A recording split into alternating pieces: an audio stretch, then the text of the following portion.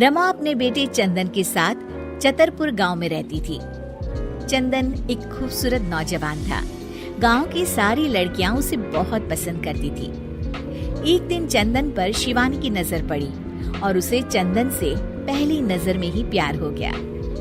चंदन को भी शिवानी बहुत पसंद आई।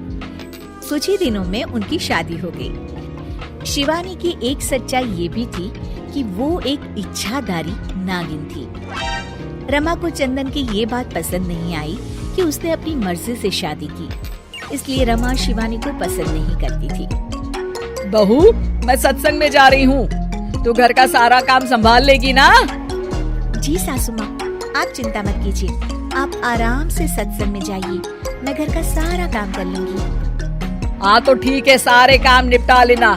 बर्तन धो देना, कपड़े भी पड़े हैं वो भी सुखा देना, और घर में फिनाइल वाले पोछे से सफाई भी कर देना। और ये देख, ये बाजार से सामान की लिस्ट लिखी है, उसे भी ले आना। हाय, शिवानी मन ही मन बोलती है, इतना सारा काम, बाप रे, बहुओं को क्या ये सारे काम करने पड़ते हैं।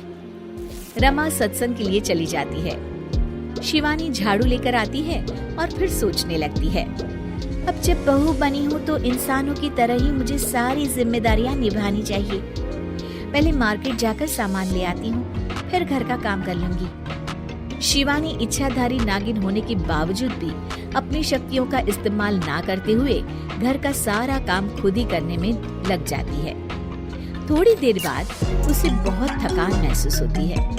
ओहो, एक बहू को इतना सारा काम करना पड़ता है, इसका पता होता तो कभी शादी ही नहीं करती। बाप रे, घर के काम करते करते उसकी कब आंख लग जाती है उसे पता ही नहीं चलता। शाम को जब उसकी सास के आने का वक्त हो जाता है, दरवाजे की घंटी बजती है और शिवानी की नींद टूट जाती है। ओह, मम्मी जी तो आ भी गई और अभी तो आधा काम पड़ा हुआ है। मैं सासू माँ को क्या मुंह दिखाऊंगी? ओफो, क्या करूं? एक काम करती हूँ, अपनी शक्तियों का इस्तेमाल कर ही लेती हूँ।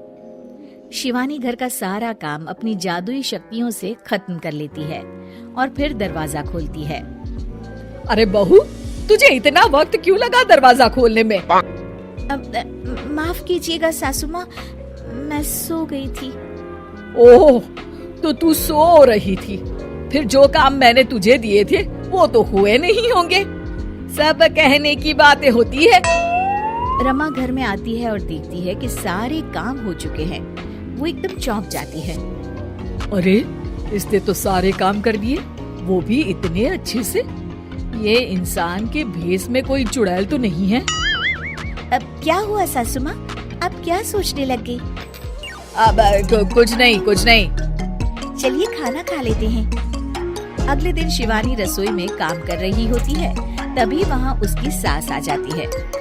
बहू, आज ना मेरी कुछ सहेलियाँ आने वाली है, तुम कुछ अच्छा सा बना देना उनके लिए खाने में। जी मम्मी जी। रमा के जाने के बाद शिवानी अपनी जादुई शक्ति से सारा काम कर देती है। शाम को रमा की सारी सहेलियाँ आती हैं।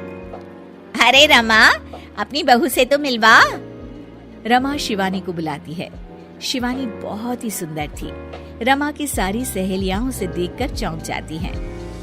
अरे रमा, तेरी बहू तो बहुत ही सुंदर है, अपने बेटे के लिए चुनकर बहू ढूंढी है तूने।